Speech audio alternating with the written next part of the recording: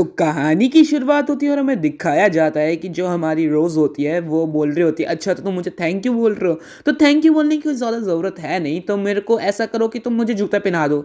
तुम मुझे जूते पहना दोगे तो ठीक है, मैं अब तुम्हारा थैंक यू एक्सेप्ट कर लूँगी। तभी हमारा एमसी बोलते हैं, क्या तुम्हें जूते पहनाऊँ ना, मैं ऐसा नहीं करने वाला हूँ, मैं तुम्हें जूते क्यों पहनाऊँ। तभी जो हमारा एमसी होता है बोलने लगता है कि मैं ह्यूमैनिटी का एक लौता सबसे स्ट्रॉन्गेस्ट सोल्जर था, और तुम मुझे कहते हो कि क्या कहते हैं, मेरी कोई डिग्निटी नहीं है कि मैं तुम्हें जूते पहनाऊँ, और अगर मैं तुम्हें जूते पहनाऊंगा तो मेरी डिग्निटी खत्म हो जाएगी। तो हमारी जो रोज़ होती है वो अपने पैर को हमारे एमसी के मुंह पे रख देती है और कहती है, अच्छा तो बेटे, तो तू मेरे को ऐसा बोलेगा। मैंने अभी तक तुम्हारे साथ अपना स्कोर सेटल नहीं किया है, जो तुमने मुझे किस दी थी वो एंट्रेंस एग्जाम के अंदर। मुझे वो वाला स्कोर भी तुम्हारे साथ सेटल करने हैं, और तुम मेरी बस एक मदद नहीं कर सकते हो, मेरे जूते ही तो पहनने हैं, और क्या करना है। तो हमारा एमसी को ऐसा रोज़ बोलती है, और उसके बाद रोज़ बोलती है कि चलो बकवास करना बंद करो और मेरा काम करने में मदद करो, मुझे जूते पहनाओ और मेरी मदद करो। तो हमारा एमसी बोलता है, ठीक है तो फिर मैं तुम्हें पहनाने में मदद कर देता हूँ, और हमारा एमसी जो होता है वो उसे जूते पहना देता है। तो हमारी रोज़ बोलती है कि तभी हम हमारी रोज़ कहती है कि तुम ऐसा तो बड़ा बोलते हो कि तुम्हारी भी खुद की इज्जत है, लेकिन तुम्हारे हाथ तो काफ़ी ज़्यादा काम करते हैं, क्या तुमने पहले भी ये कर रखा है, किसी को जूते पहनाए हैं। तो हमारा एमसी बोलता है, हाँ ऐसी बात तो है, लेकिन मैं पहली बार ही तुम्हें पहना रहा हूँ, और मैंने जो जूते हैं शवल बहुत सारे डोंकीज को, गधों को पहना रखा है, तो मुझे को पता है कि कैसे पहनाते हैं। ये सुनकर हमारी रोज़ जो होती है वो काफ़ी ज़्यादा गुस्सा हो जाती है, और तभी उसको एक लात मार देती है, और हमारा एमसी उस लात से बच जाता है और बोलता है, देखा मैं कितना ज़्यादा तेज़ हूँ, तुम मुझे मार भी नहीं सकी, देखा मैं सुपर स्पीड है मेरे पास। तभी हमारी रोज़ मन में बोलती है कि इतना तेज़ भागने की क्या फ़ायदा, तुम आज नहीं तो कल मेरे हाथ में तो आ ही जाओगे, तभी तुम्हारे से मज़े लूँगी मैं, देखना। तभी कुछ समय बाद का सीन दिखाया जाता है, कुछ दिनों बाद का। तो हमारा देखा जाता है कि पूरी फैमिली एक जगह खड़ी होती है, और जो हमारी म्यू होती है वो बोलती है कि इधर आ जाओ, इधर आ जाओ। तभी हमें आसमान में दिखाया जाता है कि एक बहुत बड़ा ड्रैगन आसमान में जो उड़ रहा होता है, और तभी हमारा जो वो ड्रैगन होता है उसको बताया जाता है कि वो एक ड्रैगन है जिससे ट्रांसपोर्टेशन की जाती है, और क्या कहते हैं, वो एक बंदे को इधर से उधर भेजने के लिए इस्तेमाल किया जाता है। तभी हमारा एमसी बोलता है रोज़ को कि ये जो ड्रैगन है वो तुम्हारी ट्रांसफॉर्मेशन से काफ़ी ज़्यादा बड़ा है, क्या ये ड्रैगन कोई यूनिक टाइप का ड्रैगन है। तो हमारी रोज़ बताती है कि ये जो ड्रैगन है, ड्रैगन जो भी इसका नाम है मैं नहीं लूँगा, क्योंकि मेरे को नहीं पता चल रहा क्या लिखा हुआ है, तो मैं गलत प्रोनाउंस ना कर दूँ, इसलिए ये ड्रैगन बहुत बड़ा है, और ये काफ़ी ज़्यादा कम ताकतवर नहीं होते, लेकिन इनका साइज़ बहुत ज़्यादा बड़ा होता है। तो इसलिए ड्रैगन क्लैन के अंदर ये जो होते हैं वो ट्रांसपोर्टेशन की तरह इस्तेमाल किए जाते हैं, इनका ज़्यादा कोई काम नहीं होता। इनका साइज़ बड़ा देखकर इनका ऐसा मत सोचो कि इनके पास बहुत ज़्यादा पावर है। तभी हमारा एमसी बोलता है, ऐसा है क्या। तभी वहाँ पे एक बीम निकल रही होती है, और हमारा एमसी बोलता है, इमोशनली स्टेबल, इसका क्या मतलब है। तभी एक बीम नीचे की तरफ गिरती है, और तभी हमारी जो रोज़ होती है वो उसे बताने लगती है कि तभी हमारी रोज़ बताती है कि जो लिवेंथम ड्रैगन है इसने कभी अपना गुस्सा नहीं दिखाया, कभी भी पिछले हज़ारों सालों से। जब भी ये पैदा होते हैं और मरते हैं तो अकेडमी जो होती है वो इनको एज अ ट्रांसपोर्टेशन इस्तेमाल करती है बेबी ड्रैगन्स के लिए। बेबी ड्रैगन्स को इधर से उधर उनके घर वापस भेजना या फिर उन्हें वापस लाने के लिए इस्तेमाल किया जाता है इनको, और ये काफ़ी ज़्यादा रिलायबल होते हैं ड्रैगन क्लैन के लिए, और ये काफ़ी ज़्यादा अच्छे होते हैं ट्रांसपोर्टेशन के लिए, क्योंकि ये ज़्यादा स्ट्रॉन्ग नहीं होते, इसलिए इनको हम लड़ाई के बीच में इस्तेमाल नहीं कर सकते हैं। लेकिन ये कुछ ज़्यादा बड़े होते हैं, तो इनको सामान इधर उधर ले जाने के लिए ये काफ़ी ज़्यादा अच्छे होते हैं। तभी हमें दिखाया जाता है कि उस बीम के अंदर से म्यू बाहर निकलती है, मतलब नॉर बाहर निकलती है, और बोलती है कि मैं वापस आ गई मॉम। और इसको देख के काफ़ी ज़्यादा अच्छा लगता है सबको, और जो हमारी म्यू होती है वो जाकर नॉर को गले लगा लेती है और बोलती है, वेलकम बैक माय सिस्टर, और मैं तुम्हें काफ़ी ज़्यादा याद किया, तुम ऐसे इतनी जल्दी आ जाया करो हमेशा, और कभी वापस मत आया करो, जाया करो।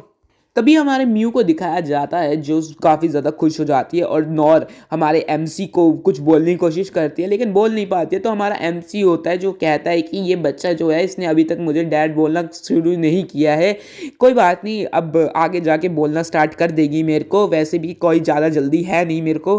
तभी हमारा एमसी बोलता है कि मुझे काफ़ी ज़्यादा खुशी हुई तुम्हें देख। तभी हमारा एमसी बोलता है कि नॉर, हम तुम्हें वापस देके काफ़ी ज़्यादा अच्छा लगा, और तुम्हारी मदर ने और मैंने मिलकर काफ़ी ज़्यादा तुम्हारे फेवरेट खाना बनाया है, तुमको काफ़ी ज़्यादा पसंद आएंगे वो, चलो चलते हैं जल्दी से। और तभी हमें कैसल के अंदर का सीन दिखाया जाता है जहाँ पे हमारी रोज़ हमारे नॉर के मार्क्स देख रही होती है जो काफ़ी ज़्यादा अच्छे होते हैं, और उसने हर क्लास में हर सब्जेक्ट में काफ़ी अच्छे मार्क्स लाए होते हैं। वैसे मेरे तो कभी आए नहीं, इसलिए मुझे पता नहीं उनको कैसा फील हो रहा है। तो हमें दिखाया जाता है हमारी म्यू भी काफ़ी ज़्यादा खुश हो जाती है अपनी बहन के मार्क्स देख के, और तभी हमारी जो नॉर होती होती है वो बोलती है कि मैं सब में अच्छे मार्क्स लाई हूँ, लेकिन मेरा लास्ट सब्जेक्ट में सिर्फ 75 मार्क्स आए, सॉरी 95 मार्क्स आए, और मैं इसमें काफ़ी ज़्यादा गुस्सा हूँ और मुझे माफ़ करना कि मैं इसमें अच्छा मार्क्स नहीं ला पाई। तभी हमारी जो नौर की मदर होती है रोज़, वो कहती है कि ये पैसे ही बहुत ज़्यादा प्रेटी इम्प्रेसिव है कि तुम इतने अच्छे मार्क्स लाई हो, तुम्हें अपॉलॉजी लेने की कोई ज़रूरत नहीं है। तभी हमारी जो म्यू होती है वो कहती है कि मदर सही कह रही है। म्यू भी अपने दिल से कह रही है कि उसकी सिस्टर काफ़ी ज़्यादा बेस्ट है, उसने काफ़ी अच्छे मार्क्स लाए हैं। और तभी हमारा एमसी मन में बोलता है कि इन दोनों में से एक तो काफ़ी ज़्यादा अपने इमोशंस को एक्सप्रेस कर पाती है जैसे कि म्यू, और जो नॉर होती है वो अब ज़्यादा अपने इम्प्रेशंस को नहीं दिखा पाती एक्सप्रेशन में। तो मुझे अपने आप को एक अच्छे फादर की तरह दिन को समझना होगा और इनके बारे में जो ये मन से बोलना चाहती हैं उनके बारे में सोच कर उनको बताना होगा। तो तभी हमारा जो एमसी होता है वो उसके मार्क्स को देखता है कि उसके मार्क्स 95 आए होते हैं, और तभी हमारा एमसी बोलता है कि जो नॉर होती है उसके फिजिकल फिटनेस में 95 आ रखे हैं, मतलब कि उसने सारी की सारी एक्सरसाइज काफ़ी अच्छे से की है। और उसके जो 5 साल या 4 साल के बच्चे होते हैं, लिटिल ड्रैगन्स होते हैं, वो तो ये सब कर भी नहीं पाते। तो ये इतनी ज़्यादा बढ़िया कैसे कर गई, और वो काफ़ी ज़्यादा अच्छी है बाकी बच्चों से लेकर। और तभी हमारा एमसी बोलते हैं कि तुम्हारे तो काफ़ी ज़्यादा हाई क्लास रेटिंग है और तुम काफ़ी ज़्यादा बढ़िया हो लड़ाई के अंदर। तो तुमने ये कैसे किया, तुम तो 9 आउट ऑफ 10 लाई हो लड़ाई वाली क्लास के अंदर, और ये काफ़ी ज़्यादा इंप्रेसिव है, तुम्हारी स्किल्स तो काफ़ी ज़्यादा अच्छी हैं। तभी हमारा एमसी बोलता है कि तुम उन छोटे ब्रैड से ज़्यादा अच्छी हो, और जो तुम्हारी उम्र के बच्चे तुम उनसे काफ़ी ज़्यादा अच्छी नहीं, तुम उनसे काफ़ी ज़्यादा दूर हो, और वो तुम्हारी जितनी स्किल्स के लेवल पे पहुंच भी नहीं सकते हैं। तभी हमारी जो म्यू होती है वो बोलती है यस डैड आप सही कह रहे हो, और जो नॉर कहती है कि तभी हमारी जो एमसी होता है वो कहता है कि तुम इतना ज़्यादा टेंशन मत लो, तुम्हारे पास और भी काफ़ी ज़्यादा अपॉर्चुनिटीज़ तुम्हें मिलेंगी, तुम जिससे अपने आप को और ज़्यादा इम्प्रूव कर सकती हो फ्यूचर के अंदर, तो ज़्यादा टेंशन लेने की ज़रूरत है नहीं तुमको नॉर।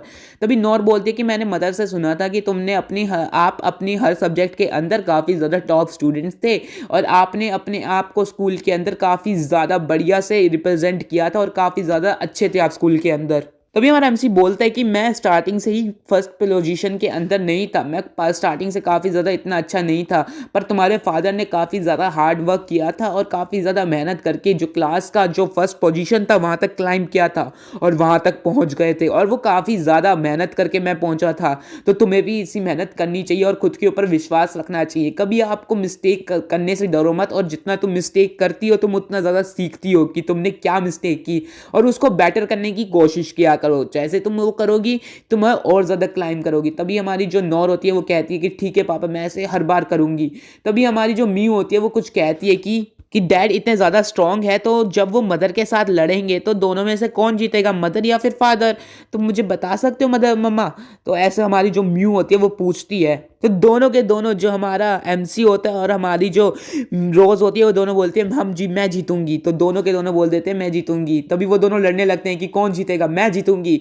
तो हमारा जो एमसी होता है वो हंसने लगता है और बोलता है कि एक्चुअल कॉम्बैट के अंदर तुम्हारी मदर मुझसे जीत ही नहीं सकती है, कि हैंड टू हैंड कॉम्बैट और मैजिकल वेपन्स की बैटल हो या फिर मैजिक की बात हो, तुम्हारी मदर कभी मुझसे जीत ही नहीं सकती है, और मेरे से कभी भी मुझे हरा ही नहीं सकती है। ये काफ़ी ज़्यादा बेटर हूँ मैं उनसे।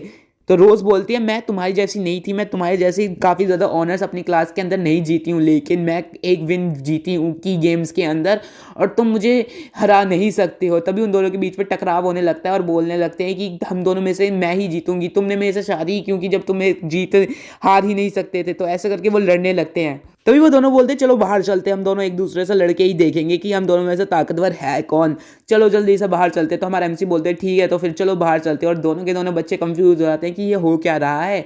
और तभी म्यू और नॉर एक साथ चले जाते हैं और बोलते हैं कि चलो वो दोनों लड़ने वाले हैं, चलो हम देखते हैं और उन्हें फॉलो करते हैं, उनकी लड़ाई को देखेंगे।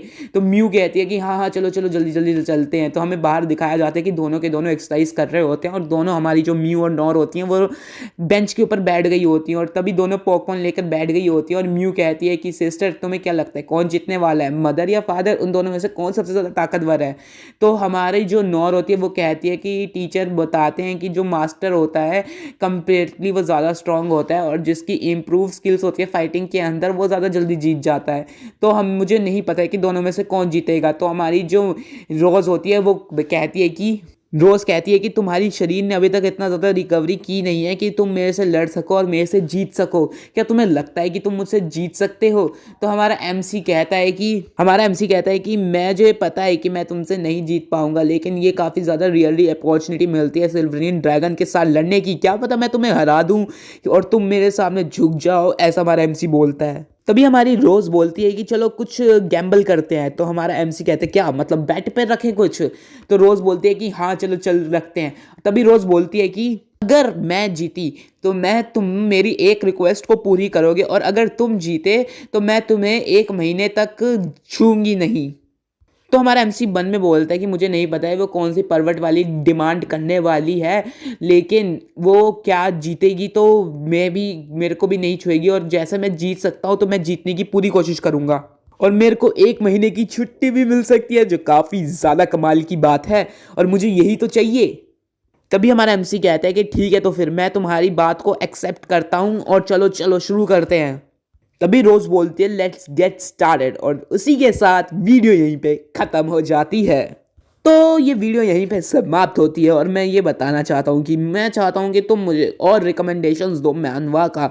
जो भी तुम नीचे रिकमेंडेशन दोगे मैं उसको ज़रूर एक बार रिव्यू करूँगा, और अगर मेरे को वो मानवा पसंद आई तो मैं उस मानवा को एक्सप्लेन भी कर दूंगा। तो प्लीज़ जाओ नीचे रिकमेंडेशंस दो मानवा की, और कौन सी मानवा मुझे अगली बार एक्सप्लेन करनी चाहिए वो भी मेरे को बता देना। और अगर तुम कोई लव या फिर हैरम वाली मानवा को एक्सप्लेन करना चाहते हो तो प्लीज़ नीचे लिख देना, और मैं उसको ज़रूर एक बार देखने जाऊंगा, और मैं उसको ज़रूर अगर मेरे को पसंद आई तो मैं तुम्हें एक्सप्लेन भी करूंगा।